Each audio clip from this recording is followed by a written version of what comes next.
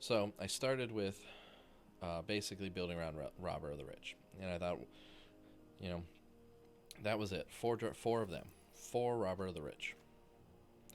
All right, so where do we go from there? What do I add? Well, we wanted some removal. And the best removal right now is the 3 drops or the 2 drop, 3 damage, and shocks. That's pretty much what you have for that. So I wanted it to make a rogue deck because when Robber of the Rich attacks, they exile the top card, and then for the rest of the game, whenever a rogue attacks, you can play that card and pay any mana. So even if Robber of the Rich dies, you can still use another rogue later to attack to do it. So I basically was like, okay, what other rogues are there that are good?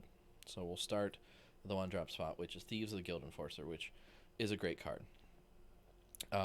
It has a flash 1/1, but hopefully, and when it flashes in, it mills 2. When you mill those 2, hopefully it's gotten to 8, and once they're at 8, it's a 2/3 or a 3/3. Yeah, is it a 3/3? No, 3/2 with Death Touch. So it's a great little flash out card late in the game to kill their big creature that they didn't expect to come in. It's also great to play early as a 1/1, and then every other time you play a rogue, um, it mills for 2. So that's cool. So you can play it on 1 and then play Robber on 2 to, or even Acquisition Expert on 2 to mill them again. And sooner or later, these guys will get bigger 3/2s. Acquisition Expert I left in here from 1, or put in here 1. It is a rogue. It's only ever going to look at 1 card because the only other creature types in this deck are rogues. But I like the concept of, especially late in the game when they're holding on to their last piece, maybe I can drop her, and mill that last piece, or make them choose between two cards that they were really looking forward to. It's also a rogue, so it helps with the mill. I can attack with it, sacrificing it for Robert of the Rich's ability in case I may have milled one of their cards or exiled one of their cards earlier. That was great. So I can sacrifice Acquisition to basically play it, take a card from their hand, attack for no real reason to try to steal one of their exiled cards. And then so the next, I wanted to play Relic Robber. So Relic Robber is a 3-drop haste. Whenever it deals damage, it gives them a 0/1 artifact. Colorless Goblin Construct is what it is. It can't block, and it's a 0/1. So when you attack, you don't block it. Or when they attack with it, you don't block it. You just let it go. If they want to pump it, they can pump it. It's no big deal. But this is that last couple of those little pieces of damage that this kind of more aggro type of deck is going for. It's like, if that little construct sits around for 2 or 3 turns, it's 3 damage. That is just free damage. The next rogue I like is Rankle. It's also got haste, so you're dropping in a 4, flying it in on that turn. Hopefully by that point in time, you're really not sitting with a lot of cards anyway, so you can just, have you discard a card if you even have any, or if you need more cards, you can draw and lose a life. And it's fine giving them 1 because, well, they lose that life. And in this case, life is key. That's why the removals pieces that I do have, the Royal Eruption, will do damage to any target, and Shock will as too. Because with an aggro deck like this, even though it's technically a rogue deck, an aggro deck wants to do damage and keep doing damage. So just keep doing a little bit of damage, a little bit of damage. And those last 2 or 3 little pieces of damage sometimes is the key to winning the game. And so Rankle is a flying haste creature that can do technically 4 damage if it's unblocked. Even if you have a little creature you don't want, you can sacrifice it, so they sacrifice maybe a big creature if they only have 1 up. Chandra is basically for her second +1 ability. Her deals 2 damage to any target. Really, her -9 is never going to hit, but discard your hand, then exile the top 3 cards of your library. This is late game. That's why there's only 2 of them in the deck.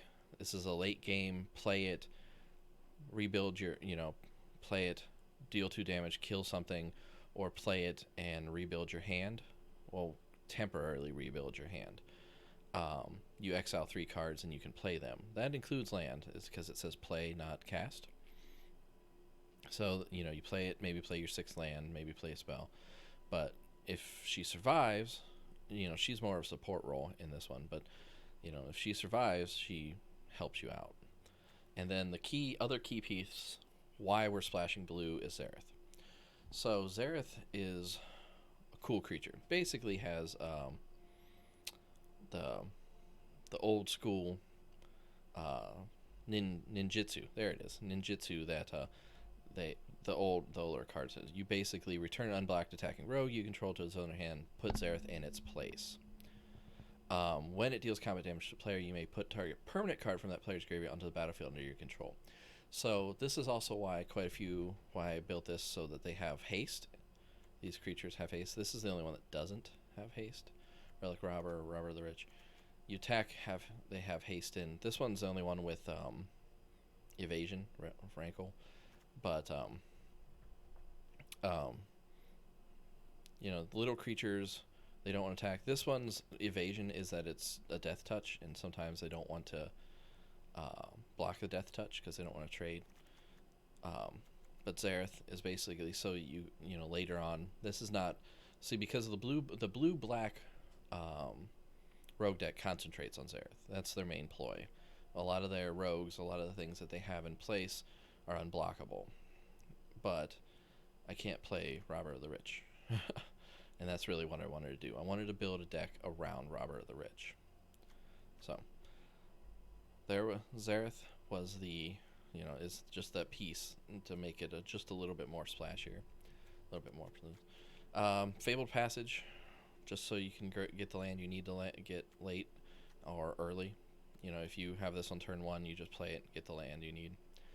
The temples are great, but I do hate that they come in tapped, but they do help you kind of see your next card. And sometimes with an aggro deck, you really want to see what the next card is. But it slows us down a little bit, these guys. There's not really a better option right now, because, well, there just really isn't a better option right now. The lands that came out with Zendikar, the modal ones, they're not going to work in here. I'd have to pay 3 life, and sometimes this is a game of who's got the last little bit of damage to go through. So that is my red-black rogue aggro deck. So, but that is the little creation that I've made